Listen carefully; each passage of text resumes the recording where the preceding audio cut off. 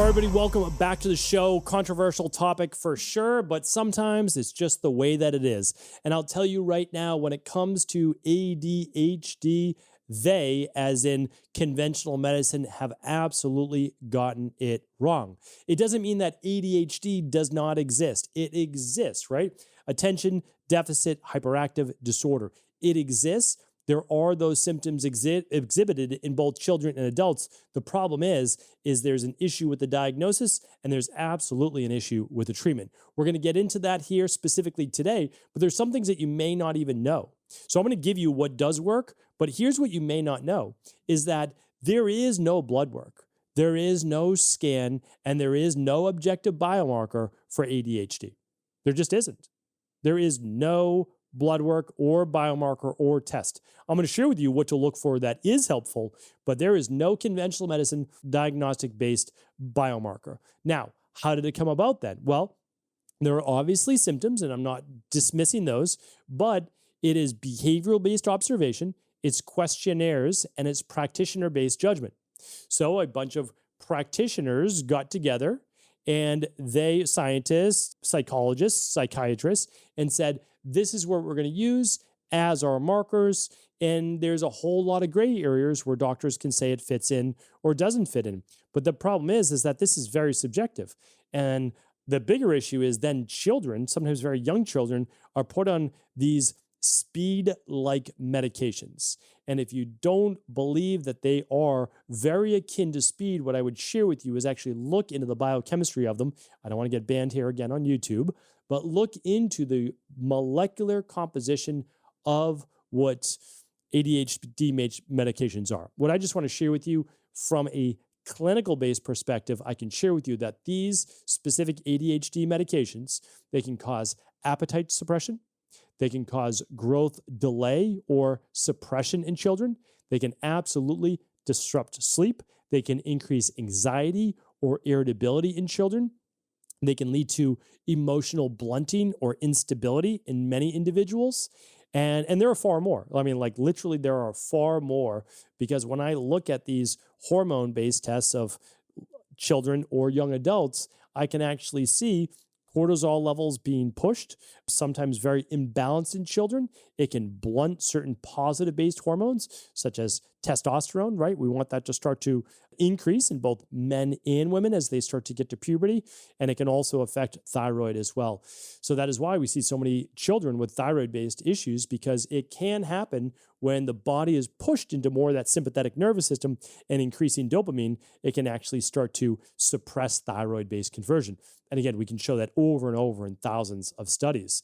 The other issue is that we're not looking for a root cause, right? So what does conventional medicine do? Conventional medicine says, well, we have these children who don't seem to be able to have the energy that we want, the focus that we want, and when they are on, they're hyperactive and they can't focus, right? So it's like, well, okay, get it, I understand, but you're never looking for a root cause. You're simply medicating your way out of it. And we have to get away from this pill for every ill-based society. It is absolutely not only wrong, it's harmful, and especially to our children. So let's look at a few of these underlying root causes, which I've shared many years ago on the podcast as well, but it's definitely time for a refresh. And that's 60% of teenagers and let's say children, later children's diet is refined carbohydrates. So does that matter? Well, think about it. They're missing a lot of nutrients in refined carbohydrates. There's a lot of artificial additives. There are artificial sweeteners. There's MSG. There is flavoring. And there's obviously that low nutrient density. So not only does their nervous system get hit with all sorts of different glutamic acid and glutamate spiking flavorings and artificials in there, but they're also getting refined carbohydrates, refined foods, sometimes even with trans fats and other detrimental inflammatory-based foods that are going to affect their brain and nervous system, but they get a spike and then they get a crash. So they get this temporary burst of energy, right? And especially from the artificial flavorings and colors, and then they get that crash. And I've seen it in my own family. Like I've seen what happens to one of my family members when they get exposed to artificial colors. Like just, it's not a good thing. And we make sure that it happens very frequently, if ever, But it did happen when they were younger. It's like, wow, this isn't even the same child, right? It's like, it's literally not the same kid. Outburst, anger, and we knew it wasn't them, right? So that's why it's heartbreaking for me, especially in my practice. That's why I try to help so many families with kids going through this, that it's not them. This isn't who they want to be. It's not who they are. It's what happens when a nervous system is inflamed, right? They're eating. And if I could just eliminate, even not like, I'm not even talking about pasta and things like that. I'm talking about the packaged goods with the artificial flavors, the artificial colors, the MSG from fast food, and the really refined carbohydrates just from like refined enriched flours. Those just, again, spike energy, they crash energy, and they stress the neurotransmitter balance. So what we really want to do is start to, and I'm going to give you the specific nutrients in just a moment, but we want to move kids back to real food and real meals. And so how do we need to structure it? Well, the hardest thing really to get at a meal, carbohydrates are always easy to get, right? You've got fruits, you've got veggies, and I know kids are not eating a ton of veggies. They might be eating some fruit, which would be great, but we can get in starchy carbohydrates pretty easily, right? Honestly. So what do we need to do? We never really need to focus on fat. There's going to be fat in the foods that we eat. Sure, they could have some avocado, they could have some olive oil, they could have some nuts, but there's going to be fat in a lot of kids' lunches at school, etc. Okay, so what do we need to focus on? Protein, right? Because kids aren't going to naturally gravitate necessarily always to protein. Yes, some kids do. There are some outliers. But what we need to do then is teach, hey, how do we get some protein at breakfast? Maybe it's just a smoothie, right? How do we get some protein at lunch? Okay, well, when you're at lunch and you're on your own, what are you reaching for first? Well, what are your protein options? Are there beans? Is there chicken? Is there fish? And so you're just trying to help your child say, even if you only get a small handful, that's okay. Start your meal with that small handful so that you know you eat that to stabilize blood sugar. Then you can get your carbohydrates that are going to be added to that, right? You're going to get protein in your fat anyway. I mean, you're going to get fat in your protein anyways to a degree. So that's going to be taken care of, but we really need to start there. And then we need to eliminate those high sugar snacks. The more we can move to fruit, which is not considered a high sugar snack. Yes, it has fructose and glucose and other sugars in there. It's packaged with fiber. It's packaged with the skin. And that's going to be much more natural because kids are going to be active mid-morning and mid-afternoon, which is a great time for those snacks, all right? And then they get their higher protein meals at breakfast, lunch, and dinner.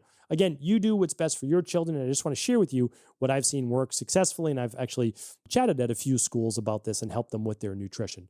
All right, so what does this do? It provides for more stabilized dopamine, right? So we don't get the highs and the lows. It balances stress hormones, such as norepinephrine, which is also a excitatory neurotransmitter, and cortisol, which is that stress hormone. So they're far more balanced. They're far more natural so that we can allow hormones as well to balance out.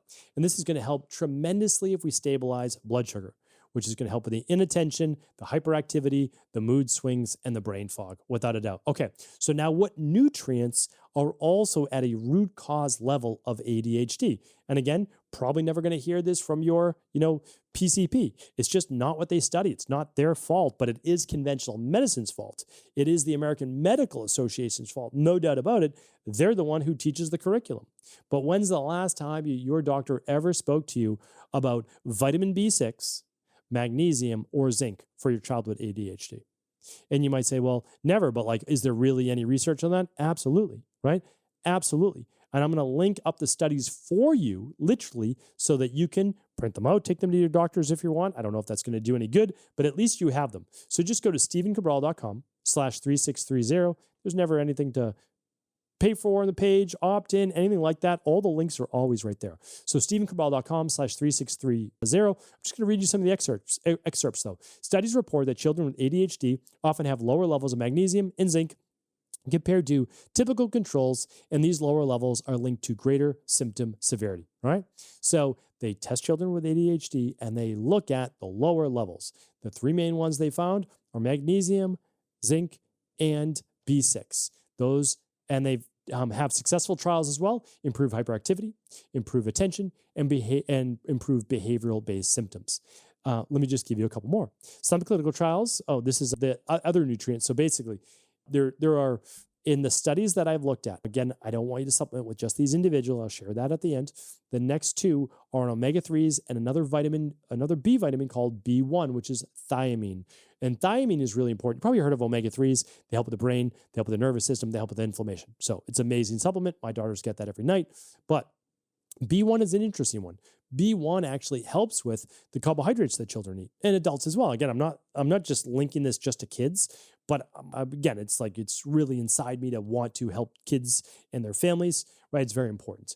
And so that vitamin B1 actually helps to convert carbohydrates better to fuel, right? Balanced fuel in the body. All B vitamins do that, but B1 is especially helpful for that, and B1 is also very helpful for the thyroid. All right, so some clinical trials combining omega-3, magnesium, and zinc supplementation have shown reductions in attention and behavioral problems over several weeks of use. And again, just weeks of use. We typically see it in 3 to 4 weeks maximum, we see the effect.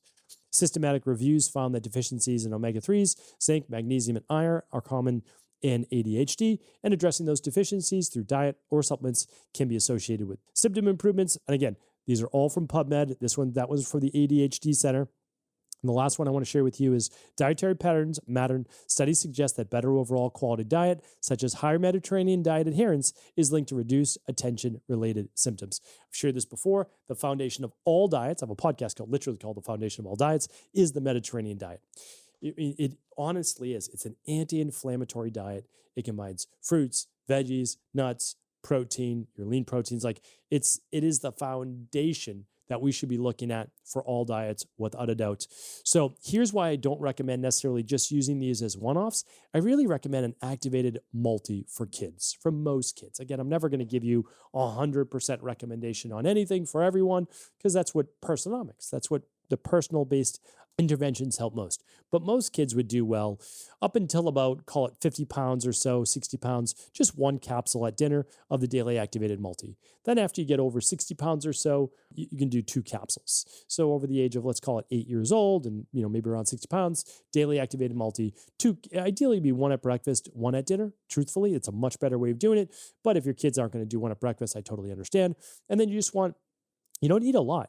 For kids, you need about a half a gram maximum of omega-3s. High EPA to DHA is great. Now, the daily activated multi is going to have all your B vitamins in it, literally all your B vitamins. So I'm going to be talking, I think I'm talking about methylation a little later in this week, but it has B9, it has B12, but it's going to have the B6 for the nervous system. And the B6 is really important for converting a lot of these nutrients as well. It'll have the B1, so all your B vitamins will be in there, a little vitamin C, all of that. For kids, what I would also add on for the nervous system, we didn't talk about it here today because I didn't directly attribute it to any of the science, but it's there, is vitamin D3. So you don't need a lot. Again, how much do you need? 500 to 1,000 IUs for most kids is going to be great.